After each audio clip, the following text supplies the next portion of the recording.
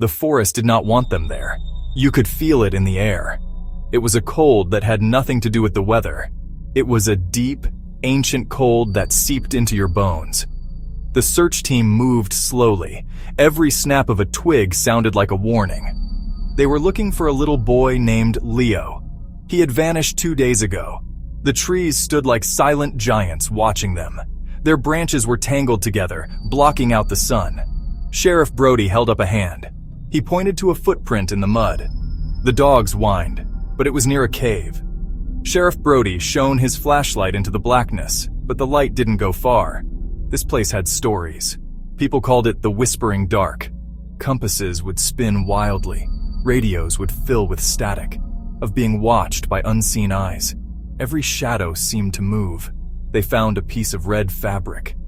A low sound, almost a rumble, came from deep within the cave. The forest held its breath, and so did they. The house felt just as cold as the forest. Grief had a way of chilling a home. Maya sat at the kitchen table. She stared at a crack in her mother's favorite mug. Her parents were gone. A car accident on a winding road. One phone call and the world had ended. Then the front door opened. It was Joel. He had been gone for 5 years. Maya didn't stand up. Clara appeared at the top of the stairs. "A little late for that, isn't it?" she said. Her words were like stones. The three of them stood in the quiet house. A family broken into pieces. The love was still there, buried deep. They were strangers in their own home. They had to go to the funeral, together. They had to sort through their parents' things. They were like 3 different countries forced to share a border. The house felt too small to hold all of their feelings. A space that felt as wide and as dark as the forest just outside their window. Secrets are heavy things. They weigh you down. One secret was about their mother. She hadn't told the children. Clara found the letters from the doctor tucked away in a drawer. Reading them felt like a betrayal. Her mother had faced it all alone. Joel had his own secrets. He had a fight with their father. Their father had told him to leave and not come back until he had made something of himself. But he never made it. Her secret was that she had heard the fight. She was just a kid, hiding at the top of the stairs. For years, she had blamed herself. These secrets were like invisible walls between them. Every time they tried to talk, they would bump into one. They were all locked in their own private prisons of pain. They only had their own broken piece of it. And it wasn't enough to build a bridge.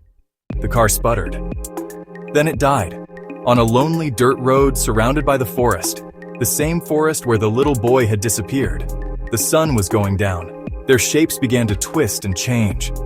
Suddenly, they were not just a family stuck on the side of the road. They were prey.